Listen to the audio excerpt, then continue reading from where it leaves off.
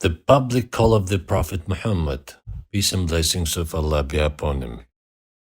After 3 years of prophethood, fearlessly calling to and teaching people Islam with skilled tactics, God revealed to Prophet Muhammad, peace and blessings be upon him, to make a public call. God revealed Ayah 214 of Ash-Shu'ara, in which God ordered Prophet Muhammad, peace and blessings of Allah be upon him, to warn his relatives, calling them to Islam. Prophet Muhammad, peace and blessings of Allah be upon him, went on the top of As-Safa, a mountain in Makkah, and called the different clans by their names. They came in a hurry. The Prophet ﷺ said, "If I were to tell you that there was an enemy ready to attack you, would you believe me?" They said, "Yes, we never experienced except truthfulness from you." He said, "I am a warner to you of a very severe torture if you do not hold the proper belief." Abu Lahab, one of the uncles of the Prophet ﷺ, cursed him. He was mad, thinking that our Prophet was wasting their time and trying to destroy their lifestyle. Shortly after the incident, God revealed the surah called Al-Masad, in which it is mentioned that both Abu Lahab and his wife will receive severe torture in hellfire. The news of this surah reached the wife of Abu Lahab, Jamil, who was a very wicked woman. When Jamil heard the surah, she came to the area of the Kaaba with stones in her hand. She addressed Abu Bakr, threatening to harm the Prophet by saying, "I heard your friend has dispraised me, and I will show him." Abu Bakr asked her, "Do you see anyone with me?" She said, "No, are you mocking me?"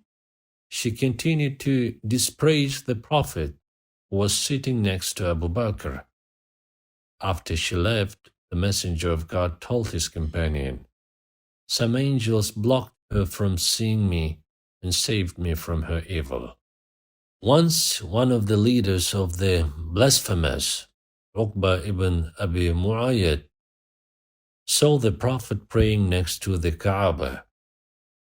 He took the clothes of the Prophet and strangled the Prophet severely. Abu Bakr came and pushed him away from the Prophet and said, "Do you kill a man because he says God is my Lord?" One of the main leaders of the blasphemers was a man called Abu Jahl. This was the name that the Muslims gave to him, meaning the very ignorant person. When our Prophet started calling people to Islam, Abu Jahl became a big enemy of the Muslims, mocking and torturing them. Once Abu Jahl urged his cohort to put the stinking innards of a camel on the back of our Prophet while he was prostrating in prayer. It was done while Abu Jahl and his friends mocked our Prophet.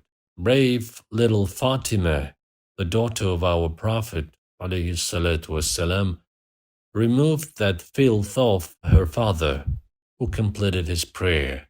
Fatima, may Allah be pleased with her, was only about 10 years old at the time.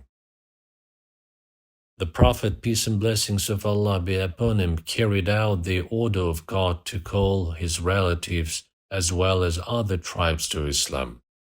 He degraded their idols, which angered them. They all agreed to consider him as their enemy.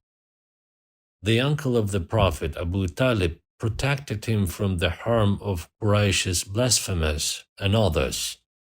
This angered the idol worshippers of Makkah, and a group of their leaders said to Abu Talib, "Your nephew has cursed our idols and slandered our religion. Either you stop him or you give him up to us. After all, you follow the same religion that we do." Abu Talib talked to them gently and they left him. The Prophet ﷺ continued with his mission, and the hatred of the idolaters to the Prophet increased. They went again to Abu Talib and said, "You have an age, status, and honor among us. We had asked you to stop your nephew, but you did not. We swear by God we will not be patient with his causing our fathers and idols. Either you stop him, or we will fight him and you until one side is victorious." Abu Talib found it hard for himself to be away from his people, and his heart was neither inclined to embrace Islam nor to let the Messenger of God down. However, he said to the Prophet, "O nephew, your people told me so and so. Avoid getting yourself and me killed. Do not put on my shoulders that which I cannot bear." The Messenger of God thought that his uncle was letting him down and pulling out his support from him. He said, "O uncle, I swear by God, were they to put the sun in my right hand and the moon in my left to leave out calling to Islam, I would not do so until God makes Islam victorious, or I die while conveying it." Then the Prophet wept. His uncle called him and said, "Come back, my nephew. Say what you like. I swear by God that I will not give you up." When Quraysh realized that Abu Talib was not going to give up his nephew, they increased their persecution and torture of the Muslims under their hands. The Messenger of God, peace and blessings of Allah be upon him, used to address the people saying, "O people, God orders you to worship Him and not to associate anything with Him." Abu Lahab would walk behind him and say, "This man wants you to leave the religion of your fathers." The blasphemers met at their Hajj season to agree on something to say about the Prophet. They would do some of the actions that we do nowadays in Hajj, but they did it with their wrong belief. Hajj had been done by Prophet Ismail, but through the years its performance had become perverted. Some said, "We will say he is a fortune teller." Others wanted to say he was insane, and others wanted to say he was a magician. Others wanted to say that he was a poet.